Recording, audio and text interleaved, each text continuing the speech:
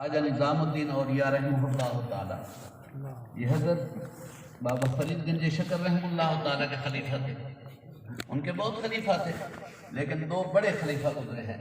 ایک خواجہ نظام الدین اولیاء اور دوسرے حضرت علاء الدین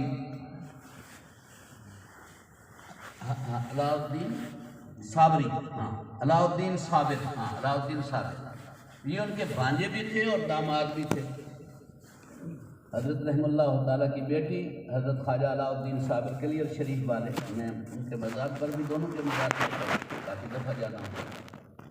تو وہ بہت بڑے عالم تھے حضرت علاء الدین صابر کلیئر شریف والے. اور خواجہ نظام الدین پڑھے ہوئے تھوڑے تھے لیکن کڑھے ہوئے بڑے زیادہ تھے. جیسے پنجابی میں کہتے ہیں نا یہ فلانا پڑھے ہوا بھی ہے کہ کڑھے ہویا بھی ہے. کڑھے ہوئے کہتے ہیں بڑا تجربہ کار اور بہت. تو وہ اور اس زمانے میں ہندو سکھ جو ہے اسلامی دور تھا، ان کا جو دور تھا وہ اسلامی دور تھا. وہ سب انگریز وغیرہ تو بہت بعد میں آئی خبیث تو دور تھا. تو ہندو سکھ بھی ان کے مجلس میں جاتے تھے. تعویذ لینا ہوتا تھا وہ ہندو سکھ بھی جاتے تھے. تو پچھلی دفعہ ہم وہاں گئے ہیں تو حضرت مولانا گنگوہی رحمہ اللہ تعالیٰ استاد جی ہمارے رحمہ اللہ تعالیٰ مولانا عبدالمجید صاحب اور بھی تھے.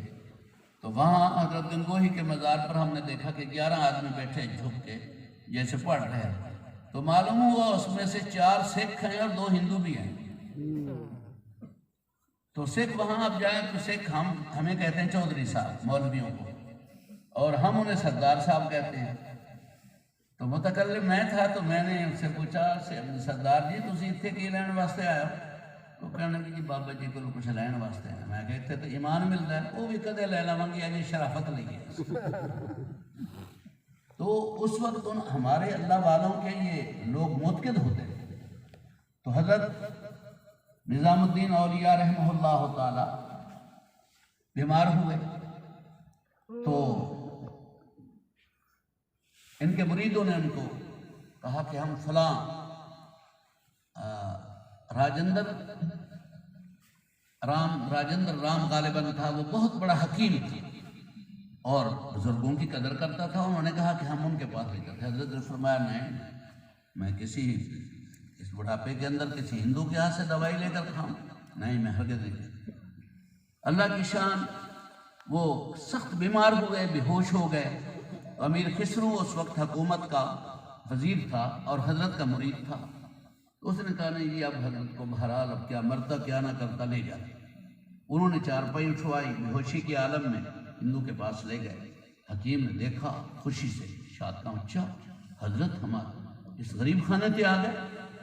بڑی اس نے اچھا ان کی عجیب و غریب کے بہت بڑا زبردست نباز، اور ساتھ یہ کہ اس کی نگاہ میں کہتے ہیں ایسا تھا کہ بعض دفعہ مرض کو سلب کر لیتا. اور یہ ریاضت کا ساتھ اس کا تعلق ہوتا ہے.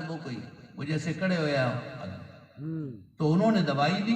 حضرت اٹھ بیٹھے، دیکھا یہاں کتنے کہاں آ گیا فوراً جاتے جاتے ہندو کے ہاتھ کی دوائی. اس کا زندگی میں احسان لے کر جاؤں. آقا نامدار حضور پرنور صلی اللہ علیہ وسلم کی ایک باقاعدہ دعا تھی کہ یا اللہ میں جب دنیا سے جاؤں تو میرے پر کسی بھی کافر کا کوئی احسان نہ ہو کہ جس کا بدلہ مجھے قیامت کے دن دینا پڑے. اس کو جوتے پڑ رہے ہوں اور وہ کہے اے محمد میں نے تیرے ساتھ یہ کیا تھا، تو بدلہ تو بڑا ضروری ہوتا ہے. تو لہذا زندگی بھر آقا نامدار پر کسی ہندو کہتا ہوں کسی یہودی عیسائی مشرک وغیرہ کا کوئی لمبی بات ہو جاتی ہے. عبداللہ ابن ابی کا ایک احسان تھا رئیس المنافقین کا کہ جب بدر کے موقع پر گرفتار ہو کر آئے ہیں تو گرفتاروں میں آقا نامدار کے چچا سیدنا عباس رضی اللہ تعالی عنہ وہ بھی تھے. ان کے جسم پر کپڑا کوئی نہیں تھا تو رسول اللہ صلی اللہ علیہ وسلم نے معلوم کروایا چونکہ قد ان کا بہت بڑا تھا تو اس قد کا کرتا نہیں ملتا تھا. تو وہ کرتا جو ہے اکیلا عبداللہ ابن ابی رئیس المنافقین کا کرتا وہ پورا آیا. اسی لیے جب عبداللہ ابن ابی فوت ہوئے ہیں مرے ہیں جب تو ان کے بیٹا عبداللہ وہ آقا نامدار کا شاگرد تھا اور ان کا غلام تھا. اس نے آ کر درخواست کی کہ یا رسول اللہ جیسا کیسا تھا مہربانی کر کے دعا. فاروق اعظم بالکل پکڑتے رہے، بڑا یہ عجیب و غریب انداز ہے۔ اللہ پاک نے ان کو جو غیرت ایمانی نصیب فرمائی تھی، لیکن رسول اللہ صلی اللہ علیہ وسلم نے فرمایا فاروق اس کمبخت کا میرے پر ایک احسان ہے، میرے چچا کو اس نے کرتا دیا تھا، تو میں نہیں چاہتا کہ قیامت کے دن اس کے کسی احسان کا بدلہ دوں، تو میں نے اپنا کرتا اتار کے اب ان کو دے دیا ہے تاکہ وہ احسان ختم ہو جائے۔ باقی چاہے نبی کا کرتا بھی کوئی مشرک پہنے تو اس کو کوئی فرق نہیں پڑتا۔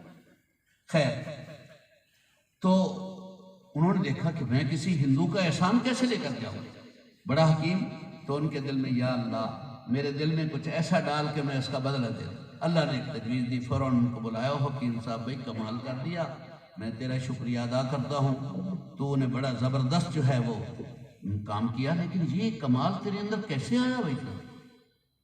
وہ کہتے ہیں جی تھوڑی برکت نال، تھوڑی دعا نال، میں ریاضت کے اندر ایک بڑی مشقت، میں بڑی محنت کی ہے۔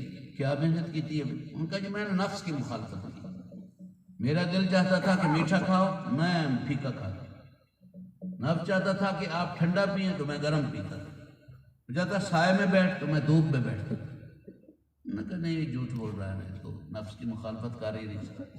انہوں نے کہا نہیں جی میں بالکل نفس میرا جو چاہے، میں فلانے دشمن کے ساتھ نہیں بولنا تو میں اگر جان بوجھ کر بولنا، فلانے پیارے کے ساتھ بولنا ہے تو میں اس دن الٹا نہیں بولتا تھا۔ کہ واقعتاً تمہیں میں نہیں منتا۔ انہوں نے کہا جی امتحان لے لو۔ ان فرمایا پھر ادھر آئے، سارے لوگ بیٹھے تھے، کہنے لگا کہ آپ کا نفس مسلمان ہونے کو چاہتا ہے؟ انہوں نے کہا نہیں۔ انہوں نے کہا پھر کلمہ پڑھ دکھا۔ تو تیار کر لیا تھا، وہ کھڑے ہو کر کہتا ہے جی اشہد ان لا الہ الا اللہ و اشہد ان محمد رسول اللہ۔ تو پھر انہوں نے شکریہ ادا کیا، میرے مولا اس نے میرے جان کی حفاظت کی ہے، میں اس کے ایمان کی حفاظت کر کے۔ سبحان اللہ، سبحان اللہ۔ تو پہلے اللہ والوں نے یہ رخ سارے اسی لیے بدلے ہیں کہ ان کا دل مخلص ہوتا تھا، سبحان اللہ، خالص ہوتا تھا، اللہ کی رضا کے لیے یہ سارا کچھ ہوتا تھا۔ تو حضرت لاہوری فرمایا کرتے تھے کبھی بیان کرتے وقت یہ نہ سمجھنا کہ آگے جاہل بیٹھے ہیں اور نکمے اور میں بڑا مولوی ہوں۔ میں نے خود دیکھا ہے کہ بعض دفعہ میرا ذہن کبھی نہیں بیان کرنے کو کر رہا ہوتا اور میں سامنے آتا ہوں تو کچھ ایسے اللہ والے سننے والے بیٹھے ہوتے ہیں کہ ان کی وجہ سے مجھے بیان کی توفیق ہو جاتی ہے، اور بعض دفعہ سننے والے اتنے اچھے ہوتے ہیں کہ ان کی وجہ سے بیان کرنے والا بخشا جاتا ہے۔